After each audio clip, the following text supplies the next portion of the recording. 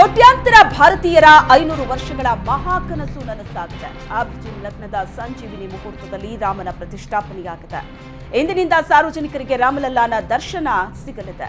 ಭಗವಾನ್ ರಾಮಲಲ್ಲಾನ ದರ್ಶನಕ್ಕಾಗಿ ಈಗಾಗಲೇ ಲಕ್ಷಾಂತರ ರಾಮ ಭಕ್ತರು ದೇವನಗರಿ ಅಯೋಧ್ಯೆಗೆ ದೌಡಾಯಿಸಿದ್ದಾರೆ. ಜಾನಕಿ ವಲ್ಲಭನ ದರ್ಶನ ಬೆಳಗ್ಗೆ 7 ಗಂಟೆಯಿಂದ ಆರಂಭವಾಗಲಿದ್ದು ಬೆಳಗ್ಗೆ 11:30ರವರೆಗೆ ಇರಲಿದೆ. ಬಳಿಕ ಮತ್ತೆ ಮಧ್ಯಾಹ್ನ 2 ಗಂಟೆಯಿಂದ ಸಂಜೆ 7 ಗಂಟೆಯವರೆಗೆ ರಾಮಲಲ್ಲಾನ ದರ್ಶನಕ್ಕೆ ಅವಕಾಶ ಕಲ್ಪಿಸಲಾಗಿದೆ.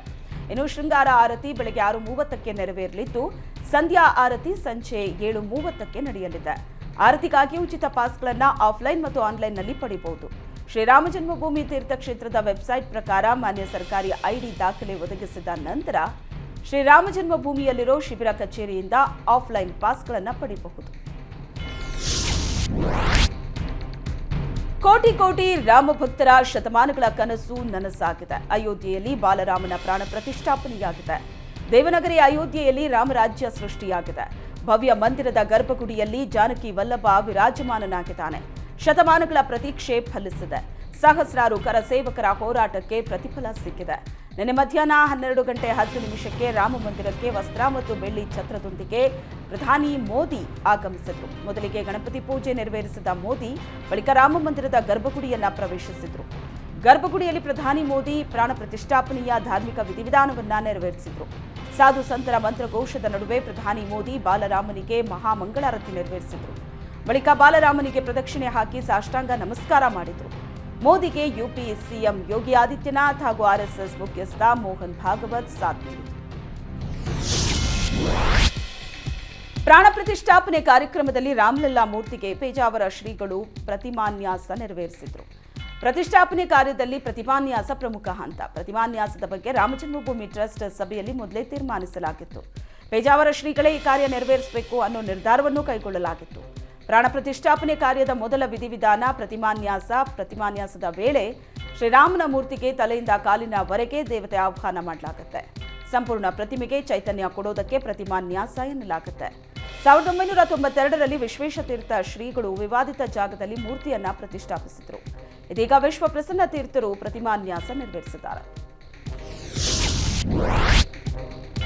ಅಯೋಧ್ಯೆಯಲ್ಲಿ ರಾಮ ಮಂದಿರ ಉದ್ಘಾಟನೆಯನ್ನ ದೀಪೋತ್ಸವದ ಮೂಲಕ ಸಂಭ್ರಮಿಸಲಾಗ್ತಾ ಇದೆ. ಸರಯೂ ನದಿ ತಟದಲ್ಲಿ ಲಕ್ಷ ದೀಪೋತ್ಸವ ಸಡಗರ ಕಳೆಗಟ್ಟಿದೆ. 500 ವರ್ಷ ಅಜ್ಞಾತವಾಸದ ಬಳಿಕ ಭವ್ಯ ಮಂದಿರದಲ್ಲಿ ಶ್ರೀರಾಮಚಂದ್ರನ ಪಟ್ಟಾಭಿಷೇಕವಾಗಿದೆ. ರಾಮನ ಊರಲ್ಲಿ ಬರೋಬ್ಬರಿ 10 ಲಕ್ಷ ದೀಪೋತ್ಸವ ನಡೆಸಲಾಯಿತು. ದೀಪ ಬೆಳಗೋದ್ರ ಮೂಲಕ ರಾಮ ಭಕ್ತರು ಸಂಭ್ರಮ ಪಡೆದಿದ್ದಾರೆ. ಅಯೋಧ್ಯೆಯಲ್ಲಿ ದೀಪಾವಳಿ ಹಬ್ಬದ ವಾತಾವರಣವೇ ಸೃಷ್ಟಿಯಾಗಿದೆ. ಅಯೋಧ್ಯೆ ಭವ್ಯ ಮಂದಿರದಲ್ಲಿ ಪ್ರತಿಷ್ಠಾಪನೆಗೊಂಡಿರೋ ಬಾಲರಾಮನ ಮೂರ್ತಿ ಕರ್ನಾಟಕದ ಶಿಲ್ಪಿ ಅರುಣ್ ಯೋಗಿರಾಜ್ ಕೆತ್ತನೆ ಮಾಡಿದ್ದು, ಅರುಣ್ ಯೋಗಿರಾಜ್ ಸಾಧನೆಗೆ ಇಡೀ ಕರುನಾಡು ಹೆಮ್ಮೆ ಪಡ್ತಾ ಇದೆ.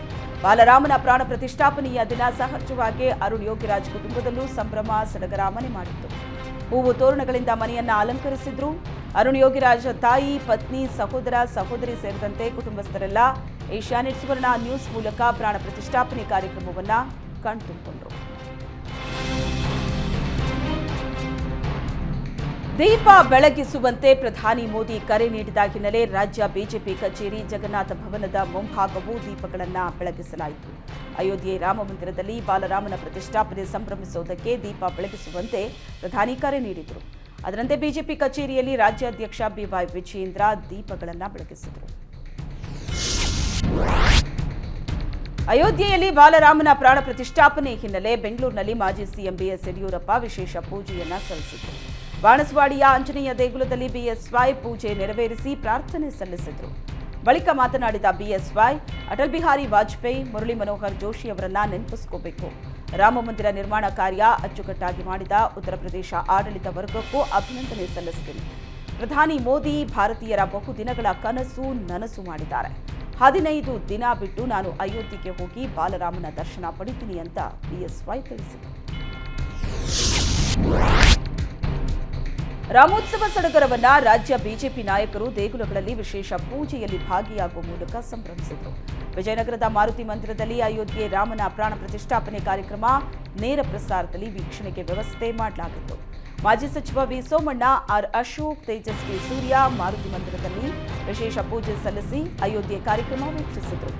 ಮಹಾಲಕ್ಷ್ಮಿ ಲೇಔಟ್ನ ಅಬ್ಬಕ್ಕ ಆಟದ ಮೈದಾನದಲ್ಲಿ ಮಾಜಿ ಸಚಿವ ಗೋಪಾಲಯ್ಯ ನೇತೃತ್ವದಲ್ಲಿ ಪೂಜಾ ಕಾರ್ಯಕ್ರಮ ಹಮ್ಮಿಕೊಳ್ಳಲಾಗಿದೆ. ಜನವರಿ 21ರಿಂದ ನಡೀತಾ ಇರೋ ಕಾರ್ಯಕ್ರಮದಲ್ಲಿ ಮಾಜಿ ಸಿಎಂ ಬಸವರಾಜ ಬೊಮ್ಮಾಯಿ, ಬಿಜೆಪಿ ರಾಜ್ಯಾಧ್ಯಕ್ಷ ವಿಜಯೇಂದ್ರ, ಗೋಪಾಲಯ್ಯ ಸೇರಿದಂತೆ ಹಲವು ಬಿಜೆಪಿ ನಾಯಕರು ಭಾಗಿಯಾದರು. ಅಯೋಧ್ಯೆಯಲ್ಲಿನ ಬಾಲರಾಮನ ವಿಗ್ರಹ ಪ್ರಾಣ ಪ್ರತಿಷ್ಠಾಪನೆ ಯಾತ್ರೆ ಅದೇ ದಿನ ಮಂತ್ರಾಲಯದಲ್ಲಿ 33 ಅಡಿ ಎತ್ತರದ ಅಭಯ ರಾಮನ ಮೂರ್ತಿ ಪ್ರತಿಷ್ಠಾಪನೆಯಾಗಿದೆ. ಮಂತ್ರಾಲಯದ ಸುಬುಧೇಂದ್ರ ತೀರ್ಥರು ಅಭಯರಾಮನ ಮೂರ್ತಿ ಪ್ರತಿಷ್ಠಾಪನಾ ಕಾರ್ಯವನ್ನ ನೆರವೇರಿಸಿದರು.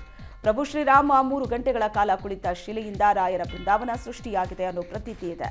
ಹೀಗಾಗಿ ಮಂತ್ರಾಲಯ ದ್ವಾರದ ಬಳಿ ಅಭಯ ರಾಮ ಮೂರ್ತಿಯನ್ನ ಪ್ರತಿಷ್ಠಾಪಿಸಲಾಗಿದೆ. ಇನ್ನು ಅಭಯ ರಾಮನ ಮೂರ್ತಿ ಪ್ರತಿಷ್ಠಾಪನೆ ಹಿನ್ನೆಲೆ ಪೂಜಾ ಕೈಂಕರ್ಯಗಳು ನಡೆದವು. ಮಂತ್ರಾಲಯ ಮಠದ ಸುಬುಧೇಂದ್ರ ತೀರ್ಥರ ನೇತೃತ್ವದಲ್ಲಿ ಶೋಭಾಯಾತ್ರೆ ನಡೆಸಲಾಯಿತು. ಮಂತ್ರಾಲಯದ ಪ್ರಮುಖ ಬೀದಿಗಳಲ್ಲಿ ಶೋಭಾಯಾತ್ರೆ ಸಂಚರಿಸಿತು. ಮಂತ್ರಾಲಯದ ಜೊತೆಗೆ ರಾಯಚೂರು ನಗರದ ವಿವಿಧ ದೇವಸ್ಥಾನಗಳಲ್ಲೂ ಅಯೋಧ್ಯ ಮಂದಿರ ಉದ್ಘಾಟನೆ ಹಿನ್ನೆಲೆ ವಿಶೇಷ ಪೂಜೆ ನೆರವೇರಿಸಲಾಯಿತು. ಅಯೋಧ್ಯೆಯಲ್ಲಿನ ರಾಮಮೂರ್ತಿ ಪ್ರಾಣ ಪ್ರತಿಷ್ಠಾಪನೆಯನ್ನ ದೇಶದ ಮೂಲೆ ಮೂಲೆಯಲ್ಲೂ ನೇರ ಪ್ರಸಾರದ ಮೂಲಕ ಭಕ್ತರು ವೀಕ್ಷಣೆ ಮಾಡಿದರು. ಕೇಂದ್ರ ಸಚಿವ ಪ್ರಹ್ಲಾದ್ ಜೋಶಿ ಕೂಡ ಹುಬ್ಬಳ್ಳಿಯಲ್ಲಿ ಕಾರ್ಯಕ್ರಮ ವೀಕ್ಷಿಸಿದರು. ಹುಬ್ಬಳ್ಳಿಯ ವೀರಾಪುರ ಓಣಿಯ ಗೊಲ್ಲರ ಕಾಲೋನಿಯಲ್ಲಿ ಬೃಹತ್ ಎಲ್ಇಡಿ ಮೂಲಕ ಕಾರ್ಯಕ್ರಮ ವೀಕ್ಷಣೆಗೆ ವ್ಯವಸ್ಥೆ ಮಾಡಲಾಗಿತ್ತು. ಕಾಲೋನಿಯ ರಾಮಭಕ್ತರೆಲ್ಲ ಭಾಗವಹಿಸಿ ಪ್ರಭು ಶ್ರೀರಾಮನ ಪ್ರಾಣ ಪ್ರತಿಷ್ಠಾಪನಾ ಕಾರ್ಯವನ್ನ ಕಣ್ತುಂಬಿಕೊಂಡರು. ಸಾರ್ವಜನಿಕರ ಜೊತೆಗೆ ಕೇಂದ್ರ ಸಚಿವ ಪ್ರಹ್ಲಾದ್ ಜೋಶಿ ಕೂಡ ಎಲ್ಇಡಿ ಪರದೆಯ ಮೂಲಕ ಕಾರ್ಯಕ್ರಮ ವೀಕ್ಷಿಸಿದರು. ಕೇಂದ್ರ ಸಚಿವರಿಗೆ ಸ್ಥಳೀಯ ಬಿಜೆಪಿ ಮುಖಂಡರು ಸಾಥ್ ನೀಡಿದರು. ಅಯೋಧ್ಯೆ ಮಂದಿರ ಉದ್ಘಾಟನೆಯನ್ನ ಬಿಜೆಪಿ ಮುಖಂಡ ಕೆಎಸ್ ಈಶ್ವರಪ್ಪ ಸಿಹಿ ಹಂಚಿ ಸಂಭ್ರಮಿಸಿದರು. ನಗರದ ಶಿವಪ್ಪ ನಾಯಕ್ ವೃತ್ತದಲ್ಲಿ ಹಬ್ಬದ ರೀತಿಯಲ್ಲಿ ಬಿಜೆಪಿ ಕಾರ್ಯಕರ್ತರು ಸಂಭ್ರಮಾಚರಣೆ ನಡೆಸಿದರು. ಸಿಹಿ ಹಂಚಿದ ಈಶ್ವರಪ್ಪ ಈ ಕ್ಷಣಕ್ಕಾಗಿ ಇಡೀ ದೇಶ ಕಾಯ್ತಾ ಇತ್ತು. ಇಂದು ಹಿಂದೂಗಳ ಕನಸಿನ ಭವ್ಯ ಮಂದಿರ ಉದ್ಘಾಟನೆ ಆಗಿದೆ. ಈ ಸುದಿನ ನಮ್ಮೆಲ್ಲರಿಗೂ ಸಂತೋಷದ ದಿನ ಅಂದರು. ಅಲ್ಲದೆ ಪ್ರಧಾನಿ ಮೋದಿ ವಿಶ್ವನಾಯಕ ಅಂತ ಹಾಡಿ ಹೊಗಳಿದರು. ಇದೇ ವೇಳೆ ಕಾಶಿ ಮಥುರಾದಲ್ಲೂ ದೇವಾಲಯ ನಿರ್ಮಾಣವಾಗಲಿದೆ ಅನ್ನೋ ವಿಶ್ವಾಸವನ್ನ ವ್ಯಕ್ತಪಡಿಸಿದರು. ಇದೇ ವೇಳೆ ಮಂದಿರ ಉದ್ಘಾಟನೆ ಕಾರ್ಯಕ್ರಮದಿಂದ ದೂರ ಉಳಿದ ಕಾಂಗ್ರೆಸ್ ನಾಯಕರ ವಿರುದ್ಧವೂ ಸಿಟ್ಟು ಹೊರಹಾಕಿದರು. ಅಯೋಧ್ಯೆಯಲ್ಲಿ ಬಾಲರಾಮನ ಪ್ರಾಣ ಪ್ರತಿಷ್ಠಾಪನೆ ಹಿನ್ನೆಲೆ ದೇಶದಾದ್ಯಂತ ಹಬ್ಬದ ವಾತಾವರಣ ನಿರ್ಮಾಣ ಆಗಿದೆ. ಕಾಂಗ್ರೆಸ್ ನಾಯಕರು ಈ ಐತಿಹಾಸಿಕ ಕಾರ್ಯಕ್ರಮದಿಂದ ದೂರ ಉಳಿದಿದ್ದಾರೆ. ಆದರೆ ಮಡಿಕೇರಿ ಕಾಂಗ್ರೆಸ್ ಶಾಸಕ ಮಂತರಗೌಡ ರಾಮಮಂದಿರ ಉದ್ಘಾಟನೆ ಪ್ರಯುಕ್ತ ಆಂಜನೇಯ ದೇವಸ್ಥಾನದಲ್ಲಿ ಪೂಜೆ ಸಲ್ಲಿಸಿದ್ದಾರೆ. ಕೊಡಗಿನ ಸೋಮವಾರಪೇಟೆಯ ಆಂಜನೇಯ ಸ್ವಾಮಿ ದೇವಸ್ಥಾನದಲ್ಲಿ ಪೂಜೆ ಸಲ್ಲಿಸಿ ಪ್ರಾರ್ಥಿಸಿದ್ದಾರೆ. ಇಂದು ದೇಶದಾದ್ಯಂತ ರಾಮಮಂದಿರ ಉದ್ಘಾಟನೆಯ ಸಡಗರ ಮನೆ ಮಾಡಿದ್ದು, ಹಲವು ಕಾಂಗ್ರೆಸ್ನ ಶಾಸಕರು ಕೂಡ ಧಾರ್ಮಿಕ ಕಾರ್ಯಕ್ರಮಗಳಲ್ಲಿ ಭಾಗಿಯಾಗಿದ್ದರು. ರಾಮನಗರ ಶಾಸಕ ಇಕ್ಬಾಲ್ ಹುಸೇನ್ ಕೇಸರಿ ಶಾಲು ಧರಿಸಿ ರಾಮ ಪೂಜೆಯಲ್ಲಿ ಭಾಗಿಯಾದರು. ರಾಮ ಸಂಸ್ಥಾಪನಾ ದಿನೋತ್ಸವ ಟ್ರಸ್ಟ್ ವತಿಯಿಂದ ಶ್ರೀರಾಮನ ಪೂಜೆಯನ್ನ ಆಯೋಜಿಸಲಾಗಿತ್ತು. ಪೂಜೆಯಲ್ಲಿ ಭಾಗಿಯಾಗಿದ್ದ ಇಕ್ಬಾಲ್ ಹುಸೇನ್ ಭಕ್ತರಿಗೆ ಖುದ್ದಾಗಿ ತಾವೇ ಪ್ರಸಾದ ಬಡಿಸಿದರು. ಬಳಿಕ ತಾವು ಪ್ರಸಾದವನ್ನ ಸೇವಿಸಿದರು. ಸಚಿವ ಮಂಕಾಳು ವೈದ್ಯ ಭಟ್ಕಳದಲ್ಲಿ ಕುಟುಂಬ ಸಮೇತರಾಗಿ ಶ್ರೀರಾಮನಿಗೆ ಪೂಜೆ ಸಲ್ಲಿಸಿದರು. ಭಟ್ಕಳದ ಕರಿಕಲ್ ಧ್ಯಾನ ಮಂದಿರದಲ್ಲಿ ಶ್ರೀರಾಮ, ಸೀತೆ, ಲಕ್ಷ್ಮಣ ಹಾಗೂ ಹನುಮಂತನಿಗೆ ವಿಶೇಷ ಪೂಜೆಯನ್ನ ನೆರವೇರಿಸಿದರು. ಪೂಜೆ ಬಳಿಕ ಏಷ್ಯಾನೆಟ್ ಸುವರ್ಣ ನ್ಯೂಸ್ ಜೊತೆ ಸಂತಸವನ್ನ ಹಂಚಿಕೊಂಡ ಸಚಿವ ಮಂಕಾಳು ವೈದ್ಯ, ಬಾಲರಾಮನ ಪ್ರಾಣ ಪ್ರತಿಷ್ಠಾಪನೆಯಿಂದಾಗಿ ಬಹಳ ಸಂತೋಷ ಆಗಿದೆ. ರಾಮನ ಆಶೀರ್ವಾದದಿಂದ ಪ್ರಪಂಚಕ್ಕೆ ಒಳ್ಳೆಯದಾಗಲಿ ಅಂತ ಹಾರೈಸ್ತೀನಿ. ನಾನು ಕೂಡ ರಾಮ ಭಕ್ತ. ಅಯೋಧ್ಯೆಗೆ ತೆರಳೋದಕ್ಕೆ ಸಾಕಷ್ಟು ಪ್ರಯತ್ನ ಪಟ್ಟೆ, ಆದರೆ ಸಾಧ್ಯವಾಗಿಲ್ಲ. ರಾಮನ ಅನುಗ್ರಹದಿಂದ ಈ ಮಟ್ಟಕ್ಕೆ ಬೆಳೆಯೋದಕ್ಕೆ ಸಾಧ್ಯವಾಯಿತು ಅಂತ ತಿಳ್ಕೊಂಡಿದ್ದೀನಿ. ಆದಷ್ಟು ಬೇಗ ಅಯೋಧ್ಯೆಗೆ ತೆರಳುತ್ತೀನಿ ಅಂತ ಸಚಿವ ಮಂಕಾಳ ವೈದ್ಯ ಹೇಳಿದರು. ಹನುಮನ ನಾಡು ಅಂಜನಾದ್ರಿಯಲ್ಲೂ ರಾಮೋತ್ಸವದ ಸಂಭ್ರಮ ಕಳೆಗಟ್ಟಿತ್ತು. ಸಾವಿರಾರು ಭಕ್ತರು ಹನುಮನ ದರ್ಶನಕ್ಕಾಗಿ ಆಗಮಿಸಿದರು. ಬೆಟ್ಟದಲ್ಲಿ ವಿಶೇಷ ಪೂಜೆ ಪುನಸ್ಕಾರ, ಹೋಮ ಹವನಗಳು ಜರುಗಿದ್ವು. ಶಾಸಕ ಜನಾರ್ದನ್ ರೆಡ್ಡಿ ಶ್ರೀರಾಮತಾರಕ ಹೋಮ ನಡೆಸಿದರು. ಶಾಸಕ ಜನಾರ್ದನ ರೆಡ್ಡಿ ಹಾಗೂ ಪತ್ನಿ ಅರುಣಾಲಕ್ಷ್ಮಿ ಹೋಮದಲ್ಲಿ ಭಾಗಿಯಾದರು. 1 ಗಂಟೆಗಳ ಕಾಲ ಹೋಮ ನಡೆಸಲಾಯಿತು. ಬಳಿಕ ಆಂಜನೇಯನಿಗೆ ವಿಶೇಷ ಪೂಜೆಯನ್ನ ಸಲ್ಲಿಸಲಾಯಿತು.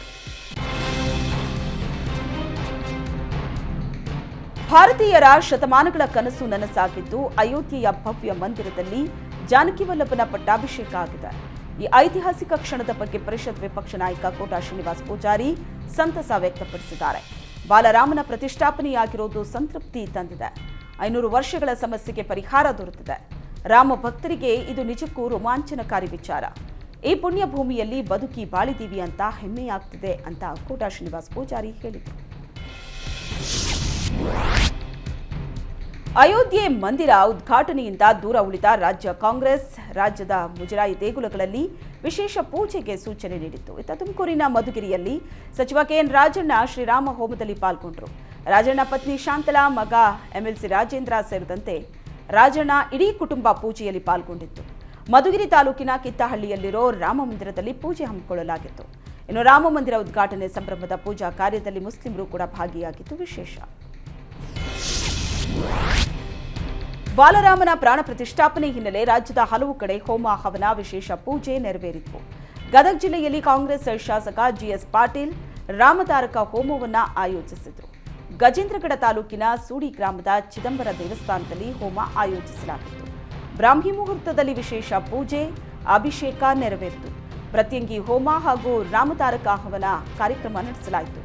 ಭುಜಂಗ ಭಟ್ ಜೋಶಿ, ಗಣಪತಿ ಭಟ್ ಜೋಶಿ ನೇತೃತ್ವದಲ್ಲಿ ಹೋಮ ಹವನ ಜರುಗಿತು. ಹೋಮದಲ್ಲಿ ಜಿಎಸ್ ಪಾಟೀಲ್ ಕುಟುಂಬಸ್ಥರು ಭಾಗಿಯಾಗಿ ದೇಶದಲ್ಲಿ ಸುಖ, ಶಾಂತಿ, ಸೌಹಾರ್ದತೆಗಾಗಿ ಪ್ರಾರ್ಥಿಸಿದರು. ಪೂಜೆಯ ನಂತರ ಅನ್ನಸಂತರ್ಪಣೆ ಕಾರ್ಯಕ್ರಮ ನಡೆಸಲಾಯಿತು. ಶಾಸಕ ಶಿವಲಿಂಗೇಗೌಡ ತಮ್ಮ ಬೆಂಬಲಿಗರ ಜೊತೆ ರಾಮಸೀತೆಗೆ ಪೂಜೆ ಸಲ್ಲಿಸಿದ್ದಾರೆ. ಅರಸೀಕೆರೆ ನಗರದ ಸೀತಾರಾಮ ಮಂದಿರದಲ್ಲಿ ಶಾಸಕ ಶಿವಲಿಂಗೇಗೌಡ ಪೂಜೆ ನೆರವೇರಿಸಿದ್ದಾರೆ. ಈ ಮೊದಲು ರಾಜಕೀಯ ಲಾಭಕ್ಕೆ ಮಂದಿರ ಉದ್ಘಾಟನೆ ಅಂತ ಶಿವಲಿಂಗೇಗೌಡ ಟೀಕಿಸಿದರು. ಆದರೆ ರಾಮಮಂದಿರ ಉದ್ಘಾಟನೆ ದಿನದಂದೇ ಶಾಸಕ ಶಿವಲಿಂಗೇಗೌಡ ಶ್ರೀರಾಮನಿಗೆ ಪೂಜೆ ಸಲ್ಲಿಸಿ ಶುಭ ಹಾರೈಸಿದ್ದಾರೆ. ದೇಶಕ್ಕೆ ಒಳ್ಳೆಯದಾಗಲಿ, ಮಳೆ ಬೆಳೆಯಾಗಿ ಎಲ್ಲರೂ ಸುಖವಾಗಿರಲಿ ಅಂತ ಶುಭ ಹಾರೈಸಿದರು. ಅಯೋಧ್ಯೆಯಲ್ಲಿ ಬಾಲರಾಮನ ಪ್ರಾಣ ಪ್ರತಿಷ್ಠಾಪನೆಯನ್ನ ಕಣ್ತುಂಬಿಕೊಳ್ಳುವುದಕ್ಕೆ ಯಾದಗಿರಿಯ ಹಲವು ಕಡೆ ಎಲ್ಇಡಿ ಸ್ಕ್ರೀನ್ ವ್ಯವಸ್ಥೆ ಮಾಡಲಾಗಿತ್ತು. ರಾಮ ಭಕ್ತರು ಎಲ್ಇಡಿ ಸ್ಕ್ರೀನ್ನಲ್ಲಿ ಏಷ್ಯಾನೆಟ್ ಸುವರ್ಣ ನ್ಯೂಸ್ನ ಮೂಲಕ ಪ್ರಾಣ ಪ್ರತಿಷ್ಠಾಪನೆಯ ನೇರ ಪ್ರಸಾರವನ್ನು ವೀಕ್ಷಿಸಿದರು. ಯಾದಗಿರಿ ನಗರದ ಆಂಜನೇಯ ದೇವಾಲಯದ ಮುಂಭಾಗದಲ್ಲಿ ಎಲ್ಇಡಿ ಸ್ಕ್ರೀನ್ ಅಳವಡಿಕೆ ಮಾಡಲಾಗಿತ್ತು. ಹಾಗೆ ಹುಣಸಗಿ ತಾಲೂಕಿನ ಕೋಡೇಕಲ್ ಬಸವೇಶ್ವರ ದೇವಸ್ಥಾನದಲ್ಲೂ ರಾಮ ಭಕ್ತರು ಸುವರ್ಣ ನ್ಯೂಸ್ನಲ್ಲಿ ಬಾಲರಾಮನ ಪ್ರಾಣ ಪ್ರತಿಷ್ಠಾಪನೆಯನ್ನ ವೀಕ್ಷಿಸಿದರು. ಅಯೋಧ್ಯೆಯಲ್ಲಿ ಬಾಲರಾಮನ ಪ್ರಾಣ ಪ್ರತಿಷ್ಠಾಪನೆ ನಿಮಿತ್ತ ಬಾಗಲಕೋಟೆ ಜಿಲ್ಲೆಯ ಜಮಖಂಡಿ ಪಟ್ಟಣದಲ್ಲಿ ವಿಶೇಷ ಪೂಜೆ ನೆರವೇರಿಸಲಾಯಿತು. ಜಮಖಂಡಿ ಶಾಸಕ ಜಗದೀಶ್ ಗುಡುಗುಂಟಿ ನೇತೃತ್ವದಲ್ಲಿ ಪೂಜೆ ಪುನಸ್ಕಾರ ನೆರವೇರಿತು. ಆಂಜನೇಯನ ದೇಗುಲದಲ್ಲಿ ವಿಶೇಷ ಪೂಜೆಯನ್ನ ನೆರವೇರಿಸಿ ಪ್ರಾರ್ಥನೆ ಸಲ್ಲಿಸಲಾಯಿತು. ಬಳಿಕ ನಗರ ಹಾಗೂ ಗ್ರಾಮೀಣ ಭಾಗದಲ್ಲಿ 65,000ಕ್ಕೂ ಅಧಿಕ ಲಾಡು ಹಂಚೋ ಕಾರ್ಯಕ್ರಮಕ್ಕೆ ಚಾಲನೆ ನೀಡಲಾಯಿತು. ಅಯೋಧ್ಯೆಯಲ್ಲಿ ಬಾಲರಾಮನ ಪ್ರಾಣ ಪ್ರತಿಷ್ಠಾಪನೆಯನ್ನ ಇಡೀ ದೇಶವೇ ಸಂಭ್ರಮಿಸ್ತಾ ಇದೆ. ಕೋಟೆನಾಡು ಚಿತ್ರದುರ್ಗ ಜಿಲ್ಲೆಯಲ್ಲಿ ದಂಪತಿ ತಮ್ಮ ಮಗುವಿಗೆ ಶ್ರೀರಾಮ ಅಂತ ನಾಮಕರಣ ಮಾಡಿದ್ದಾರೆ. ಚಿತ್ರದುರ್ಗದ ಗಾಂಧಿನಗರ ಬಡಾವಣೆಯ ನಿವಾಸಿಗಳಾದ ಸಾಗರ್ ಭಾವನಾ ದಂಪತಿ ತಮ್ಮ ಪುತ್ರನಿಗೆ ಶ್ರೀರಾಮ್ ಅಂತ ನಾಮಕರಣ ಮಾಡಿದ್ದಾರೆ. ಹೋಮ ಹವನ ನಡೆಸಿ ಬಳಿಕ ಮಗುವಿಗೆ ನಾಮಕರಣ ಮಾಡಲಾಗಿದೆ. ಕೊಪ್ಪಳ ಜಿಲ್ಲೆಯಲ್ಲಿ ರಾಮೋತ್ಸವದ ಸಡಗರ ಭಾವೈಕ್ಯತೆಗೆ ಸಾಕ್ಷಿಯಾಯಿತು. ಭಾಗ್ಯನಗರ ಪಟ್ಟಣದ ಶ್ರೀರಾಮ ಮಂದಿರ ಆಂಜನೇಯ ದೇವಾಲಯದಲ್ಲಿ ಜರುಗಿದ ಪೂಜೆಯಲ್ಲಿ ಮುಸ್ಲಿಂ ಬಾಂಧವರು ಭಾಗಿಯಾಗಿ ಸೌಹಾರ್ದತೆಯ ಸಂದೇಶವನ್ನ ನೀಡಿದರು. ಭಾಗ್ಯನಗರ ಪಂಚ ಕಮಿಟಿ ಸದಸ್ಯರಿಂದ ವಿಶೇಷ ಪೂಜೆ ನೆರವೇರಿತು. ಮುಸ್ಲಿಂ ಸಮುದಾಯದ ಮುಖಂಡರು ಭಕ್ತಾದಿಗಳಿಗೆ ಪ್ರಸಾದದ ವ್ಯವಸ್ಥೆಯನ್ನ ಮಾಡಿದರು. ಬೀದರ್ ನಗರದಲ್ಲಿ ವಿಶೇಷ ಚೇತನನೊಬ್ಬ ವಿಶಿಷ್ಟವಾಗಿ ತನ್ನ ರಾಮಭಕ್ತಿಯನ್ನ ಪ್ರದರ್ಶಿಸಿದ್ದಾನೆ. ವಿಶೇಷ ಚೇತನ ನಾಗಶೆಟ್ಟಿ ನೆಹರು ಕ್ರೀಡಾಂಗಣದ ಬಳಿ ಟೀ ಸ್ಟಾಲ್ ನಡೆಸ್ತಾ ಇದ್ದಾರೆ. ಬಾಲರಾಮನ ಪ್ರಾಣ ಪ್ರತಿಷ್ಠಾಪನೆ ಹಿನ್ನೆಲೆ ಇವತ್ತು ಉಚಿತವಾಗಿ ಟೀ, ಬಿಸ್ಕೆಟ್, ವಾಟರ್ ಬಾಟಲ್ಗಳನ್ನು ವಿತರಿಸಿದರು. ಅಯೋಧ್ಯೆಗೆ ತೆರಳಿ ರಾಮನಿಗೆ ಸೇವೆ ಸಲ್ಲಿಸೋದು ಆಗದ ಮಾತು. ಇಲ್ಲಿಂದಲೇ ರಾಮನಿಗೆ ಅಳಿಲು ಸೇವೆ ಸಲ್ಲಿಸ್ತಾ ಇದ್ದೀನಿ ಅಂತ ನಾಗಶೆಟ್ಟಿ ಹೇಳಿದರು. ನಾಗಶೆಟ್ಟಿ ರಾಮಭಕ್ತಿಗೆ ಸಾರ್ವಜನಿಕರು ಮೆಚ್ಚುಗೆ ಸೂಚಿಸಿದ್ದಾರೆ.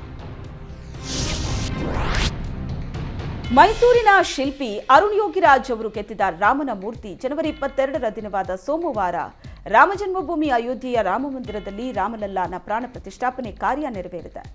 ವಿಜಯಪುರ ನಗರದ ಬಸವೇಶ್ವರ ಸರ್ಕಲ್ನಿಂದ ಸಿದ್ದೇಶ್ವರ ದೇವಸ್ಥಾನದವರೆಗೂ ನೂರಾರು ಶ್ರೀರಾಮ ಭಕ್ತರು ಬೈಕ್ ರ್ಯಾಲಿಯನ್ನ ನಡೆಸಿದರು. ಬೈಕ್ ರ್ಯಾಲಿ ವೇಳೆ ಜೈ ಶ್ರೀರಾಮ್ ಘೋಷಣೆ ಮೊಳಗಿತ್ತು.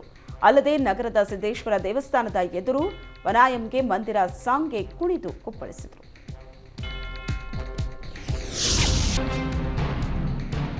ಪುಟ್ಟ ಮಕ್ಕಳು ರಾಮನ ವೇಷಭೂಷಣವನ್ನ ತೊಟ್ಟು ಸಂಭ್ರಮಿಸುವುದನ್ನ ನೋಡಿದ್ದೀವಿ. ಆದರೆ ಬೆಳಗಾವಿಯಲ್ಲಿ 12 ವರ್ಷದ ಬಾಲಕನೊಬ್ಬ ರಾಮನ ವೇಷಭೂಷಣದಲ್ಲೇ ಆಗಮಿಸಿ ಪರೀಕ್ಷೆ ಬರೆದಿದ್ದಾನೆ. ಅಥಣಿ ತಾಲೂಕಿನ ತಲಸಂಗ ಗ್ರಾಮದ ಸಂಸ್ಕೃತಿ ಕೋಚಿಂಗ್ ಸೆಂಟರ್ನಲ್ಲಿ ಬಾಲಕ ಶ್ರೀಶಾಂತ್ ಕೋಟಿಹಾಳ ರಾಮನ ವೇಷದಲ್ಲೇ ಪರೀಕ್ಷೆ ಬರೆದಿದ್ದಾನೆ. ಬಾಲರಾಮನ ಪ್ರಾಣ ಪ್ರತಿಷ್ಠಾಪನೆ ಹಿನ್ನೆಲೆ ಬಾಲಕ ರಾಮನ ವೇಷಭೂಷಣ ತೊಟ್ಟು ಪರೀಕ್ಷೆಗೆ ಆಗಮಿಸಿದ್ದ. ಸಹಪಾಠಿಗಳು ಪುಷ್ಪವೃಷ್ಟಿ ಮೂಲಕ ಬಾಲಕನನ್ನ ಸ್ವಾಗತಿಸಿದರು. ರಾಮ ಜನ್ಮಭೂಮಿ ಅಯೋಧ್ಯೆಯಲ್ಲಿ ಬಾಲರಾಮನ ಪ್ರಾಣ ಪ್ರತಿಷ್ಠಾಪನೆ ಆಗಿದೆ. ರಾಮ ಮಂದಿರ ಉದ್ಘಾಟನೆ ಪ್ರಯುಕ್ತ ರಾಜ್ಯದಲ್ಲಿ ವಿಶೇಷ ಕಾರ್ಯಕ್ರಮಗಳು ಕಂಡುಬಂದಿದೆ. ಅದರಂತೆಯೇ ಶಾಸಕ ಬಸನಗೌಡ ಪಾಟೀಲ್ ಯತ್ನಾಳ್ ಅಧ್ಯಕ್ಷತೆಯ ಶ್ರೀ ಸಿದ್ದೇಶ್ವರ ಸಂಸ್ಥೆಯ ಸೂಪರ್ ಸ್ಪೆಷಾಲಿಟಿ ಆಸ್ಪತ್ರೆಯಲ್ಲಿ ಜನವರಿ 18ರಿಂದ 22ರವರೆಗೂ ಉಚಿತ ಹೆರಿಗೆ ಘೋಷಣೆ ಮಾಡಲಾಗಿತ್ತು. ಹೀಗಾಗಿ ಆಸ್ಪತ್ರೆಯಲ್ಲಿ ಈವರೆಗೆ 61 ಮಕ್ಕಳ ಜನನ ಆಗಿದ್ದು 4 ಮಕ್ಕಳಿಗೆ ಆಸ್ಪತ್ರೆಯಲ್ಲೇ ನಾಮಕರಣ ಮಾಡಲಾಗಿದೆ. ಶ್ರೀ ಸಿದ್ದೇಶ್ವರ ಸಂಸ್ಥೆಯ ಸೂಪರ್ ಸ್ಪೆಷಾಲಿಟಿ ಆಸ್ಪತ್ರೆಯಲ್ಲಿ ಯತ್ನಾಳ್ ಪುತ್ರ ರಾಮನಗೌಡ ಪಾಟೀಲ್ ಮತ್ತು ಆಸ್ಪತ್ರೆ ವೈದ್ಯರು, ಸಿಬ್ಬಂದಿಗಳು ಮತ್ತು ಕುಟುಂಬಸ್ಥರ ಸಮ್ಮುಖದಲ್ಲಿ 3 ಗಂಡು ಮಕ್ಕಳಿಗೆ ರಾಮ ಅಂತ ನಾಮಕರಣ ಮಾಡಿದರೆ 1 ಹೆಣ್ಣು ಮಗುವಿಗೆ ಸೀತಾ ಅಂತ ನಾಮಕರಣ ಮಾಡಲಾಗಿದೆ. ಆಸ್ಪತ್ರೆಯಲ್ಲಿ ರಾಮ ಮಂದಿರ ಉದ್ಘಾಟನೆಯನ್ನ ಸಂಭ್ರಮಿಸಲಾಗಿದೆ. ಅಯೋಧ್ಯೆಯಲ್ಲಿ ರಾಮ ಮಂದಿರ ಲೋಕಾರ್ಪಣೆ ಮತ್ತು ಶ್ರೀರಾಮ ಪ್ರಾಣ ಪ್ರತಿಷ್ಠೆ ಹಿನ್ನೆಲೆ ಇಡೀ ದೇಶವೇ ಸಂಭ್ರಮದಲ್ಲಿ ಮುಳುಗಿತ್ತು. ದೇವಾಲಯಗಳಲ್ಲಿ, ಧಾರ್ಮಿಕ ಕೇಂದ್ರಗಳಲ್ಲಿ ವಿಶೇಷ ಪೂಜೆ ಹಮ್ಮಿಕೊಳ್ಳಲಾಗಿತ್ತು. ಉತ್ತರ ಕನ್ನಡ ಜಿಲ್ಲೆ ಸಿದ್ದಾಪುರ ತಾಲೂಕಿನ ಭಾನ್ಕುಳಿ ಮಠದಲ್ಲಿ ವಿಶೇಷ ಪೂಜೆ ನಡೆಯಿತು. ರಾಮತಾರಕ ಹವನ ನಡೆಸಲಾಯಿತು. ಭಕ್ತರು ಏಷ್ಯಾನೆಟ್ ಸುವರ್ಣ ನ್ಯೂಸ್ ನೇರ ಪ್ರಸಾರದಲ್ಲಿ ರಾಮ ಮಂದಿರ ಲೋಕಾರ್ಪಣೆಯನ್ನ ಕಣ್ತುಂಬಿಕೊಂಡರು. ರಾಮನೂರಲ್ಲಿನ ಮಂದಿರ ಉದ್ಘಾಟನೆಯನ್ನ ಹಿಂದೂಗಳು ಹಬ್ಬದ ರೀತಿಯಲ್ಲಿ ಸಂಭ್ರಮಿಸಿದರು. ರಾಜಧಾನಿ ಬೆಂಗಳೂರಿನ ಗಲ್ಲಿ ಗಲ್ಲಿಯಲ್ಲೂ ರಾಮ ಜಪ ಮೊಳಗಿತ್ತು. ಹೊಸಕೆರಳಿಯ ಸಪ್ತಗಿರಿ ಮೆಡೋಸ್ ಬಡಾವಣೆಯಲ್ಲಿ ನಿವಾಸಿಗಳೆಲ್ಲ ಸೇರಿ ವಿಶೇಷ ಪೂಜೆ ಹವನ ಮಾಡಿದ್ರು. ಬಳಿಕ ಸಪ್ತಗಿರಿ ಮೆಡೋಸ್ ಬಡಾವಣೆ ನಿವಾಸಿಗಳಿಂದ ಅನ್ನ ಸಂತರ್ಪಣೆ ನಡೆಯಿತು. ತುಮಕೂರಿನಲ್ಲಿ ರಾಮೋತ್ಸವದ ಸಡಗರ ಜೋರಾಗಿತ್ತು. ಕಾಂಗ್ರೆಸ್ ಶಾಸಕ ಕುಣಿಗಲ್ ರಂಗನಾಥ್ ನೇತೃತ್ವದಲ್ಲಿ ಶಾಸ್ತ್ರಬದ್ಧವಾಗಿ ಹೋಮ ಹವನ ನಡೆಸಿತು. ಶಾಸಕ ರಂಗನಾಥ್ ಆಯೋಜಿಸಿದ್ದ ಹೋಮ ಹವನದಲ್ಲಿ ಸಾವಿರಾರು ಭಕ್ತರು ಭಾಗಿಯಾಗಿದ್ದರು. ಹೋಮ ಹವನದ ಮೂಲಕ ರಾಮನ ಸ್ಮರಣೆ ಮಾಡಲಾಯಿತು. ಸುಮಾರು 25,000ಕ್ಕಿಂತ ಹೆಚ್ಚಿನ ಭಕ್ತಾದಿಗಳಿಗೆ ಅನ್ನದಾನ ಮತ್ತು ಲಡ್ಡು ವಿತರಿಸಲಾಯಿತು.